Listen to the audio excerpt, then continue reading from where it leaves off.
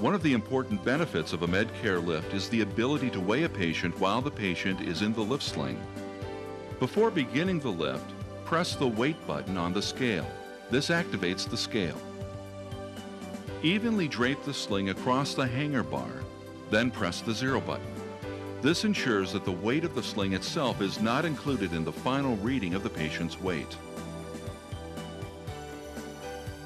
Remove the sling and properly position the patient in it as you would for a routine lift.